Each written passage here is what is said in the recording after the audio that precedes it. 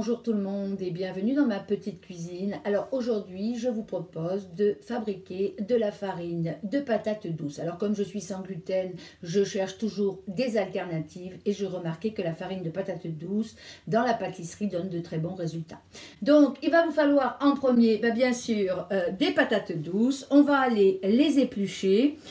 Si elles viennent de votre jardin, vous pouvez les laver et garder la pelure. Pour ma part, elles ne viennent pas du jardin, donc je vais aller les laver et les éplucher. Alors, on peut aller les couper en tranches. Alors moi, ce que je fais, c'est que je vais aller les débiter en gros morceaux et ensuite, je vais aller les passer dans mon robot. Parce que ce que je veux, c'est pas nécessairement avoir des belles tranches, comme quand je fais les tranches déshydratées pour mes chiennes. Je vais vraiment aller faire de la poudre, donc ça sert à rien que je perde mon temps. Alors voilà, l'ensemble des patates douces ont été râpées et donc effectivement, ça va sécher beaucoup plus vite, ça va se déshydrater dans un temps beaucoup plus vite que si j'avais fait des lanières. Voilà, on va maintenant les étaler tout simplement. Alors moi j'ai mis le gros format, vous voyez, ce sont des grosses carottes râpées, ça fait comme des grosses carottes râpées, mais c'est la patate douce. Et alors on va aller le mettre au déshydrateur. Alors on n'a pas besoin de vraiment, on a juste à l'étaler un peu pour que ça rentre au niveau épaisseur.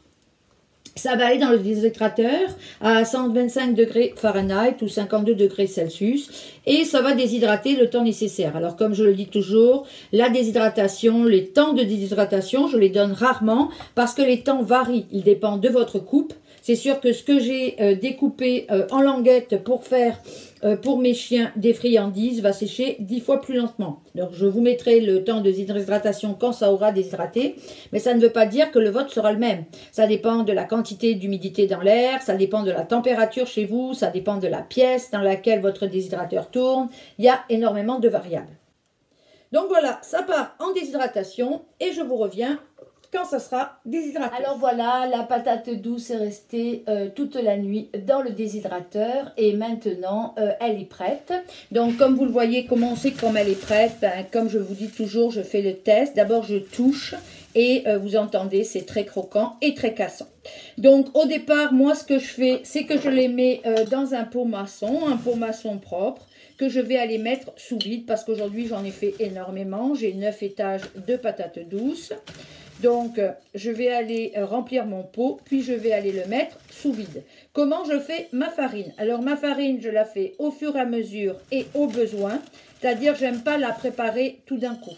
Je préfère le garder comme ceci, avoir des pots sous vide, et ensuite, je vais me faire un demi-pot de farine. Alors, comment on fait le pot de farine? On va aller prendre la patate douce. Alors, moi, j'ai un petit robot. En passant, un grand merci à Buy Nothing, qui est un organisme de dons à travers le monde. Si vous voulez aller faire une recherche, vous en avez peut-être dans votre quartier, mais ce petit robot m'a été donné par Buy Nothing. Alors, j'ai d'autres robots, mais ce que j'aime dans ce petit robot, et je n'ai pas d'action là-dessus, c'est qu'il est très petit et je ne perds pas la moitié au fond à gratter comme dans mon Vitamix. Quand je mets des petites quantités, ça s'accroche au fond, c'est difficile à aller chercher. Celui-ci est beaucoup plus facile. Donc, j'ai été chercher une passoire que je vais mettre là-dessus. Je vais aller enlever de mon petit robot. Vous voyez, c'est un petit robot que j'aime beaucoup. Et on voit qu'on a vraiment une farine. Alors, j'aime bien aller la filtrer. Comme ça, j'ai rien dans ma farine. Voilà. Et vous voyez, on va obtenir une farine. Alors, ce qui reste, moi, je vais le remettre pour refaire une autre batch. Bon, mon grain est quand même assez gros. Si vous voulez une farine très très fine, prenez un tamis qui soit très très fin. Et voilà, on va avoir de la farine de patates douces que j'utilise particulièrement dans les pâtisseries. Aussi, allez l'utiliser pour faire de la purée, pour épaissir par exemple une sauce. Donc, il y a vraiment différentes utilisations. Alors, pour mettre sous vide, j'ai un appareil. Bon, moi, c'est un food saver, mais on peut avoir différents types d'appareils. Sur le côté ici, vous avez un petit ustensile comme ceci qui permet de faire le sous vide. Donc, on va aller tout simplement l'utiliser. Donc, pour l'utiliser, il faut l'ouvrir. Voilà. Donc, vous l'ouvrez Il y a des gens qui me disent, oh, ça marche pas. Vous voyez, là, il y a un trou. Alors ici, j'ai commandé des bouchons. Donc, j'ai deux types de bouchons pour le petit pot et j'ai un bouchon pour le grand pot.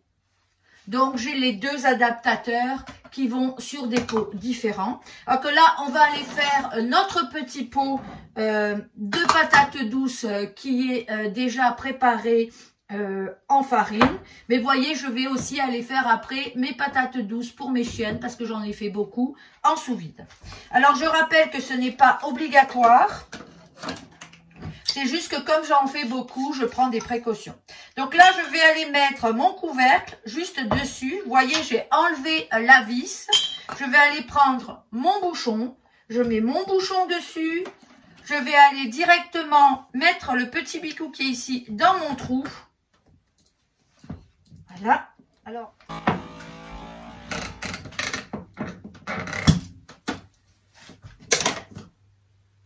donc voilà, vous voyez, le bouchon est scellé. Voyez.